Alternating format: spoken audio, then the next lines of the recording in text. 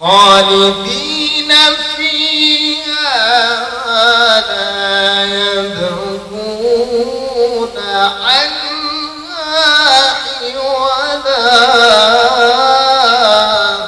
إنما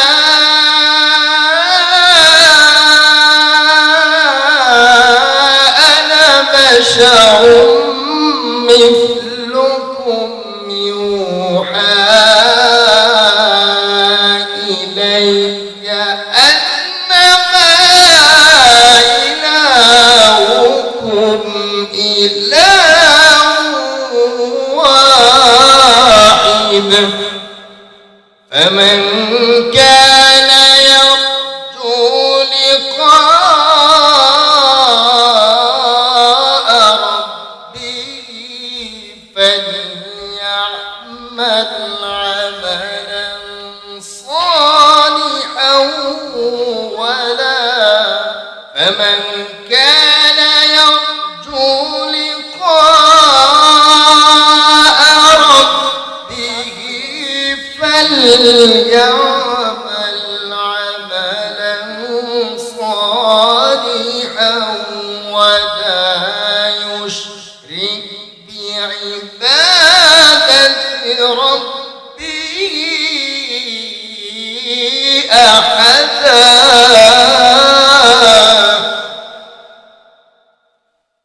صدق الله مولانا العظيم وصدق رسوله النبي الأمي الكريم ونحن على ذلك لمن الشاهدين والشاكرين والذاكرين والحمد لله رب العالمين. وعن أبي هريرة رضي الله تعالى عنه قال قال رسول الله صلى الله عليه وسلم الإيمان بضع وسبعون شعبة فأفضلها قول لا إله إلا الله وأدناها إماطة الأذى عن الطريق والحياء شعبة من الإيمان أو كما قال النبي عليه الصلاة والسلام. وقال شاعر علم उल्फत में बराबर है वफा हो के जफा हो हर चीज में लज्जत है अगर दिल में मजा हो हर चीज में लज्जत है अगर दिल में मजा हो। अल्लाह बोले हे ईमानदारेरा सल्लु अलैहि वसल्लिमु तस्लीमा যে দরুদ পড়ার জন্য আল্লাহ পাক রব্বুল আলামিন এর পক্ষ থেকে আমাদের জন্য নির্দেশ দিয়েছেন। কে দিয়েছেন জোরে বলেন? স্বয়ং আল্লাহ পাক রব্বুল আলামিন। সুন্দর, বাস এটা একটু চিকন করে দাও, বাস। হ্যাঁ আলহামদুলিল্লাহ, রিভাব দাও হালকা হালকাই করে। আমি যে হাদিস পড়ছি এই হাদিসে আল্লাহর রাসূল কি বলেন? قال النبي صلى الله عليه وسلم الإيمان بضع وسبعون شعبة فأفضلها قول لا إله إلا الله وأدناها إماطة الأذى عن الطريق والحياء شعبة من الإيمان. যে ঈমানের ৭০টার উপরে শাখা প্রশাখা রয়েছে, এর সর্বোত্তম এবং সর্ববৃহৎ শাখা হচ্ছে এই কথা বলা লা ইলাহা ইল্লাল্লাহ। আর সবচাইতে নিম্নমানের ঈমানের আলামত, ঈমানের শাখা হচ্ছে ওয়া আদনাহা ইমাতাতুল আযা আনিত তরিক, এবং রাস্তাঘাট থেকে কষ্টদায়ক বস্তু সরায় দেওয়া। রাস্তাঘাটে কষ্টদায়ক বস্তু থাকে না, এই কষ্টদায়ক বস্তুটা সরায় দেওয়া। এই মাইকেল আদম ফাঁকে যাও না, কাছে থাকে। ওয়াল হায়াউ শু'বাতুম মিনাল ঈমান, ঈমানের সবচেয়ে বড় একটা শাখা হলো হায়া এবং লজ্জা। সম্মানিত হাজিরিন, আমার এই হাদিসের সামান্য তর্জমা শুনে আপনারা বুঝতে পেরেছেন আমি আজকে কোন বিষয়ে আলোচনা করতে চাইছি। আমার আজকের আলোচনার বিষয়বস্তু হচ্ছে ঈমান কি এবং কেন, এবং ঈমানের উপকারিতা কি। আল্লাহ পাক তৌফিক দান করলে এই বিষয়ে কিছু কথা বলে আপনাদের থেকে বিদায় দিই। এই পৃথিবীতে আমাদের যত মানুষ এই আল্লাহর দুনিয়াতে বাস করতেছি, আমরা বর্তমান পৃথিবীতে 800 কোটির উপরে মানুষ আছে। অনেক আগের একটা জরিপে 700 কোটি ছিল, তো বাড়তেছে, মানুষ তো বাড়তেছে। তো এই 700 কোটি বা 800 কোটি মানুষ পুরা পৃথিবীতে আছে। এই তামাম পৃথিবীর মানুষদের ভিতরে একমাত্র আল্লাহ পাকের পরিবারভুক্ত মানুষ, আল্লাহ পাকের পরিবারভুক্ত বান্দা হলো, বান্দি হলো তারাই যাদের ভিতরে আল্লাহর তাওহীদের ঈমান আছে। আল্লাহর তাওহীদের ঈমান যার নাই, দেখতে যদি সুন্দর হয়, উন্নত রাষ্ট্রে যদি বসবাস করে, খানা পিনার মান যদি তার ভালো হয়, সবকিছুই তার ভালো, কিন্তু আল্লাহ পাকের মহা নিয়ামত ঈমান তার নাই।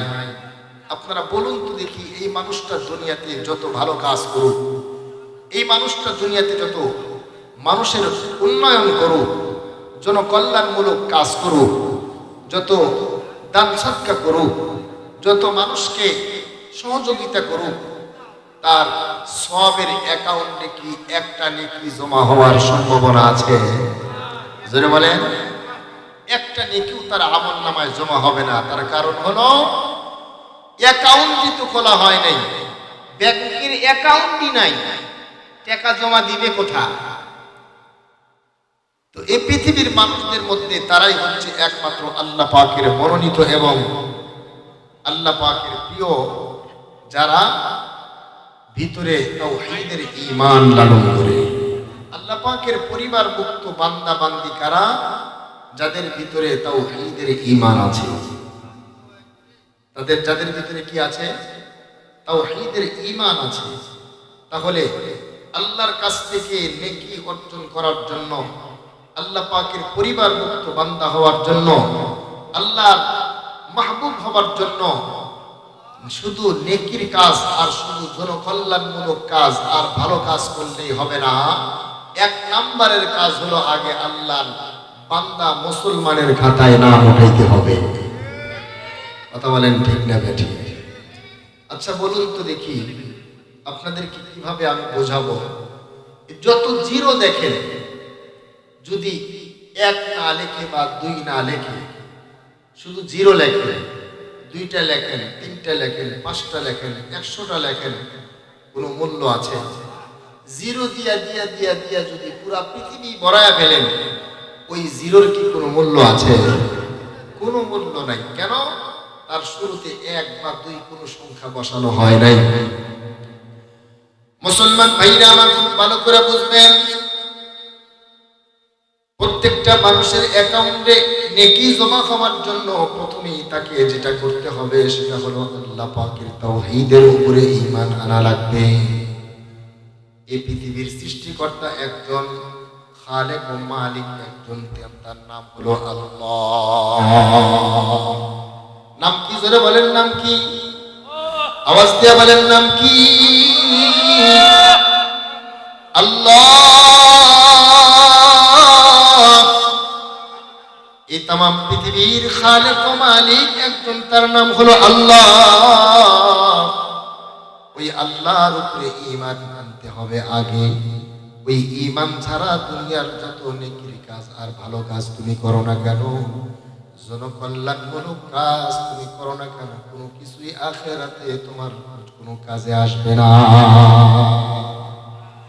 এজন্য 1 নম্বরে আনতে হবে, জোরে বলেন কি? ঈমান। আল্লাহ পাক রব্বুল আলামিন, আপনারা জান্নাতুল ফিরদাউসের নাম শুনেছেন? কোরআনে হাকিমে আল্লাহ পাক রব্বুল আলামিন জান্নাতুল ফিরদাউসের কথা বলেছেন।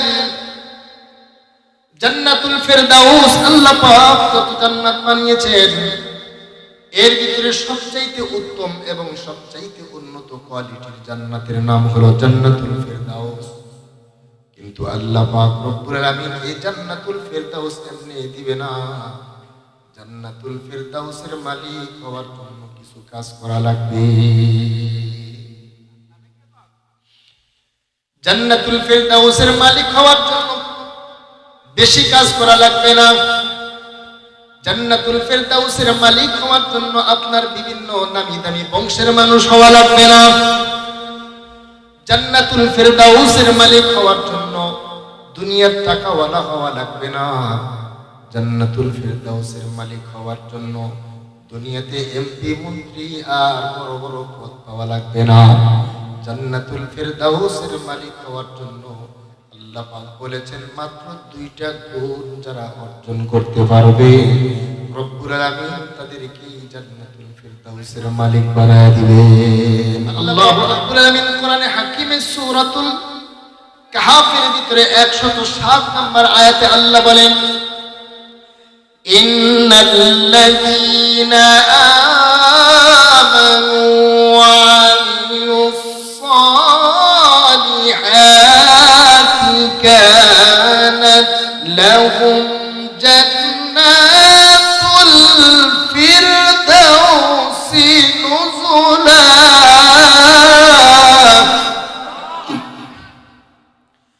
আল্লাহ পাক রব্বুল আলামিন বলেন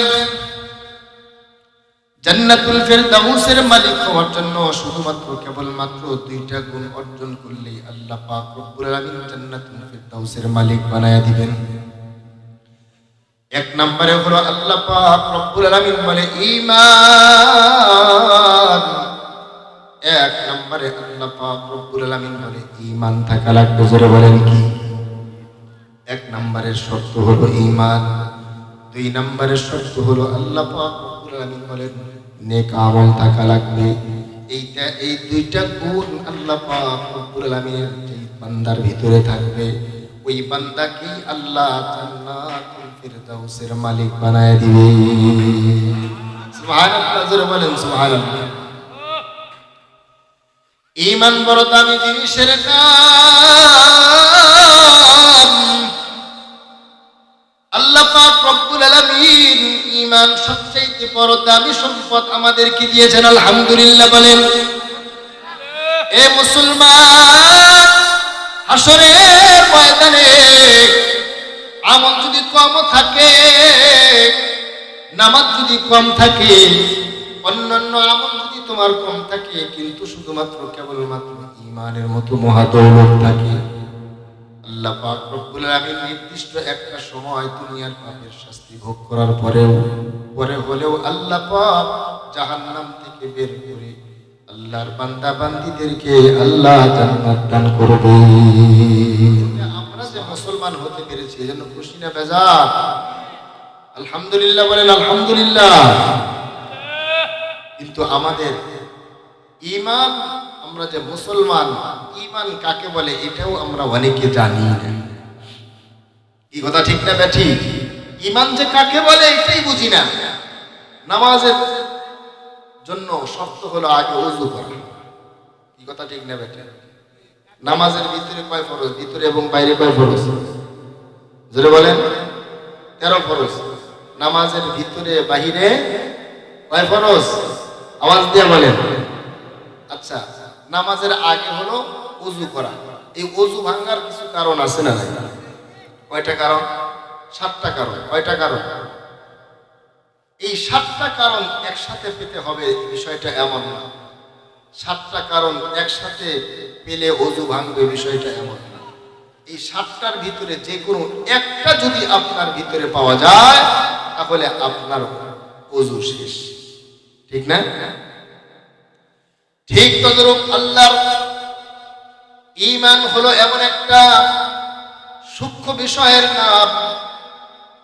আল্লাহ পাক রব্বুল আলামিন পবিত্র কোরআনে হাকিমের বিসমিল্লাহর পা থেকে সূরা নাসের সিন পর্যন্ত 30 পারা কোরআনের যে কোনো একটা বিধান, যে কোনো একটা হরফ, যে কোনো একটা নোক্তাকে যদি আল্লাহর কোনো বান্দা বান্দি অস্বীকার করে ওর ভিতরে ঈমান থাকার প্রশ্ন আসে না। বিসমিল্লাহর বা থেকে সূরা নাসের সিন পর্যন্ত কোরআনের টোটাল যতগুলো আয়াত আল্লাহ পাক নাযিল করেছেন, যত মুহকামাত আল্লাহ নাযিল করেছেন, যত কথা আল্লাহ এখানে বলেছেন, বিসমিল্লাহর বা থেকে সূরা নাসের সিন পর্যন্ত প্রত্যেকটা কথা আল্লাহ পাক রব্বুল আলামিন এখানে নিঃসন্দেহে চিরসত্য কথা বলেছেন, এটা 100% বিশ্বাস করতে হবে। বলুন তো দেখি, আমার দেশের সব মানুষ কি এটা মানে? মুখ দিয়া মানলেও অন্তর দিয়া অনেকেই মানতে চায় না।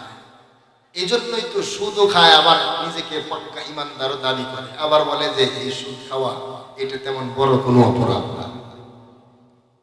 এই জন্যই তো মানুষ হত্যা করে, কিন্তু নিজেকে আবার মুসলমান দাবি করে।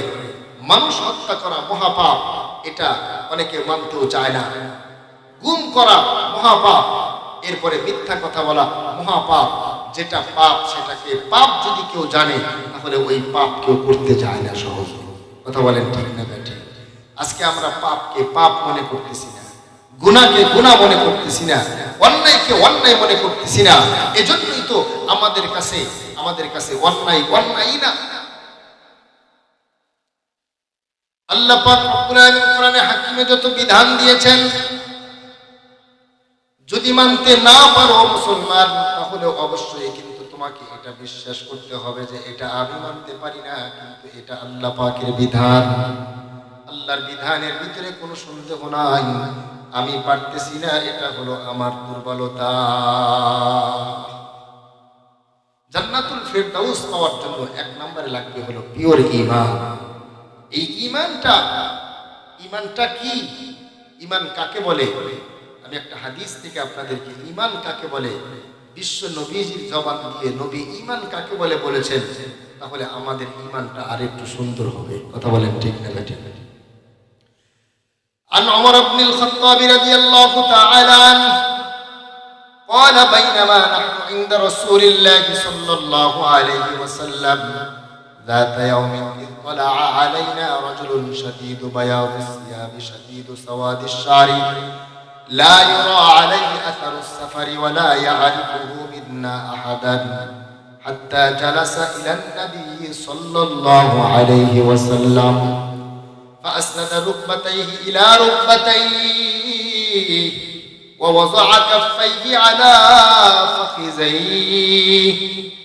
হযরত ওমর ইবনে খাত্তাব রাদিয়াল্লাহু তাআলা আনহু থেকে হাদিস বর্ণিত, আল্লাহর পয়গম্বরের সামনে একজন আগন্তুক আসলো। অনেক দূর থেকে সফর করে আসছে, কিন্তু তার শরীরের ভিতরে সফরের কোনো চিহ্ন নাই। তার চুলগুলো সুন্দর গোছালো, সুন্দর আচরণ, তার জামাগুলো পরিপাটি। মানুষ সফর করে দূর থেকে আসলে কিন্তু অনেক সময় সফরের ময়লা এবং সফরের একটা ক্লান্ত শরীরের ভিতরে বোঝা যায়। কথা বলেন ঠিক না বেঠিক? কিন্তু আল্লাহর নবী বলেন, আল্লাহর নবীর হাদিসের ভিতরে হযরত ওমর ইবনে খাত্তাব রাদিয়াল্লাহু তাআলা আনহু বলেন, আল্লাহর নবীর কাছে একজন আগন্তুক আসলো। সে আগন্তুক দূর থেকে যে সফর করে আসছে, এটা তার চেহারা দেখে বোঝা যাইতেছে না। চুলগুলো বড় সুন্দর গোছালো, জামাগুলো বড় পরিপাটি এবং সাদা দবদবে সাদা। এই লোকটা এসে আল্লাহর রাসূলের সামনে বসলেন এবং নামাজের সুরতে বসলেন। তাশাহুদের হালতে আমরা যেমন বসি, 2 হাঁটু গেড়ে বসি, এভাবে 2টা হাঁটু গেড়ে লোকটা বসলেন। এরপরে হাঁটুর উপরে নিজের হাতটা রাখলেন। এরপরে বিশ্ব নবীকে ডাক দিয়ে বলেন, ইয়া মুহাম্মদ আখবিরনি আনিল ইসলাম। হে মুহাম্মদ, আমাকে বলেন ইসলাম কাকে বলে, ইসলাম সম্পর্কে আপনি আমাকে একটু শিক্ষা দেন। আল্লাহর রাসূল সাল্লাল্লাহু আলাইহি ওয়াসাল্লাম বলেন, আল ইসলামু আন তাশহাদা আল্লা ইলাহা ইল্লাল্লাহ ওয়া আন্না মুহাম্মাদার রাসূলুল্লাহ। আল্লাহু আকবার বলেন। ওয়া তুকিমাস সালাহ ওয়া তু'তিয়াজ যাকাত ওয়া তাসুমা রমাদান ওয়া তাহুজ্জাল বাইতা ইন ইসতাতা'তা ইলাইহি সাবিলা। আল্লাহর রাসূল সাল্লাল্লাহু আলাইহি ওয়াসাল্লাম বলেন, ইসলাম হলো এই কথার সাক্ষী দেওয়া, আশহাদু আল্লা ইলাহা ইল্লাল্লাহ ওয়া আন্না মুহাম্মাদার রাসূলুল্লাহ। আল্লাহর রাসূল বলেন, ইসলাম হলো আল্লাহ যে এক, এই কথার সাক্ষী দেওয়া। মুহাম্মাদুর রাসূলুল্লাহ সাল্লাল্লাহু আলাইহি ওয়াসাল্লাম আল্লাহর রাসূল। ওয়া তুকিমাস সালাহ, নামাজ আদায় করা, ওয়া তুতিয়াজ যাকাত, যাকাত প্রদান করা, ওয়া তাসুমা রমাদান, রমজান মাসের রোজা রাখা, ওয়া তাহুজ্জাল বাইতা ইন ইসতাতা ইলাইহি সাবিলা। বিশ্ব নবীজি বলেন, যদি হজ পালন করার সামর্থ্য থাকে তাহলে হজ পালন করা, এটার নাম হলো ইসলাম। সুবহানাল্লাহ বলেন। এরপরে ওই লোকটা ডাক দিয়ে বলে, ক্বালা সাদাক্তা, যিনি প্রশ্ন করেছেন, নবীজি উত্তর দেওয়ার পরে উনি বলতেছেন, ক্বালা সাদাক্তা ইয়া মুহাম্মদ, আপনি যা বলেছেন এটা সত্য বলেছেন। যেই সাহাবী হাদিস বলতেছেন ওই সাহাবী বলেন, ক্বালা ফাআজিবনা লাহু, আমরা আশ্চর্য হয়ে গেলাম।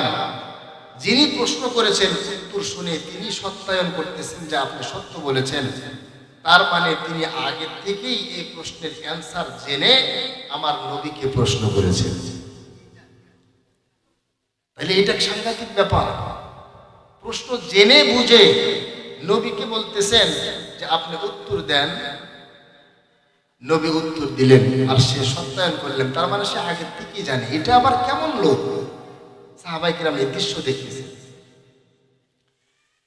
এরপরে আগন্তুক ব্যক্তি আল্লাহর রাসূলকে বলেন,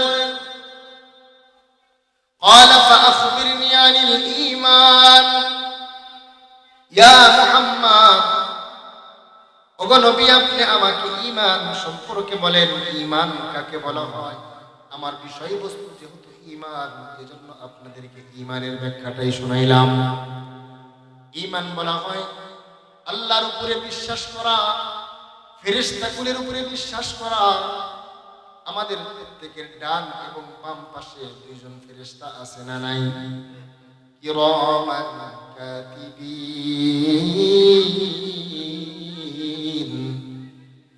কিরামান কাতিবিন ইয়ালামুনা মা তাফআলুন।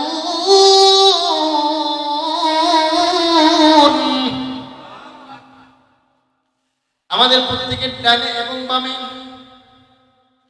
দুইজন ফেরেশতা আছে, একজন হলো কিরামান কাতিবিন। এই দুইজন ফেরেশতা আমাদের ভালো মন্দ, আমাদের খারাপ, যত আমাদের নেকির কাজ, আমাদের গুনাহের কাজ, এই দুইজন ফেরেশতা তারা লিখতে থাকেন। এই দুইজন ফেরেশতা আমাদের এই লিপিবদ্ধগুলা তারা লেখেন। হাসরের ময়দানে আল্লাহ পাক রব্বুল আলামিনের সামনে এই কথাগুলো তারা আল্লাহ পাক রব্বুল আলামিনের সামনে তারা ওপেন করবেন। আল্লাহু আকবার। এজন্য সামান্য জাররা পরিমাণের নেকিও আমার এখানে উঠে যায়, সামান্য খারাপ জাররা পরিমাণের খারাপ কাজও আমার ফেরেশতারা আমলনামায় কিন্তু উঠে যায়। খবর তো নাই আমাদের, কি বলেন? ঠিক না বেটা? তাহলে এক নম্বরে হচ্ছে ঈমান। জান্নাতুল ফেরদাউস পাওয়ার জন্য এক নম্বরে কি লাগবে? ঈমানের প্রথম কি? আল্লাহর উপরে বিশ্বাস, ফেরেশতার উপরে বিশ্বাস করা। ফেরেশতা আছে, আমরা দেখি না। কিতাব আল্লাহর কোরআন, এটা কিতাব। এই কিতাব কার কিতাব? যারা বলেন কার কিতাব? আল্লাহর কিতাব, এটা বিশ্বাস। এরপরে রাসূলগণ ছিলেন পৃথিবীতে, নবীগণ ছিলেন, আল্লাহ পাক নবীদের পাঠিয়েছিলেন। ওই নবীরা হচ্ছে আল্লাহর পক্ষ থেকে প্রেরিত ভিআইপি বান্দা। নবীরা চলে গেছেন, কিয়ামত পর্যন্ত আর নবী রাসূল আসবে না। রাসূল বলেন, আনা খাতামুন নাবিয়্যিন লা নাবিয়্যা বাদি, আমি হলাম সর্বশেষ নবী, আমার পরে আর কোনো নবী নাই। সুবহানাল্লাহ। কিন্তু গোলাম আহমদ কাদিয়ানীর গ্রুপ যারা আছে এরা এই কথা মানে না। নাউজুবিল্লাহ বলে, এরা মানে না। এরা বলে যে গোলাম আহমদ, মির্জা গোলাম আহমদ কাদিয়ানী নবী। নাউজুবিল্লাহ বলে। এরা তো কোরআনের একটা আয়াতকে অস্বীকার করে, আয়াতের একটা অংশকে অস্বীকার করে। আপনারা শুনেছেন ঈমান বলা হয় বিসমিল্লাহর বা থেকে সূরা নাসের সিন পর্যন্ত একটা হরফ যদি কেউ বিশ্বাস না করে তার ভিতরে ঈমান থাকার অবকাশ নেই। ঠিক গোলাম আহমদ কাদিয়ানীর অনুসারী যারা, এই কাদিয়ানী সম্প্রদায় কোরআনের ওই আয়াতের ওই অংশটা তারা অস্বীকার করার কারণে তাদেরকেও মুসলমান বলার কোনো অবকাশ না। আয়াতটা কি? মা কানা মুহাম্মাদুন আবা আহাদিন মির রিজাল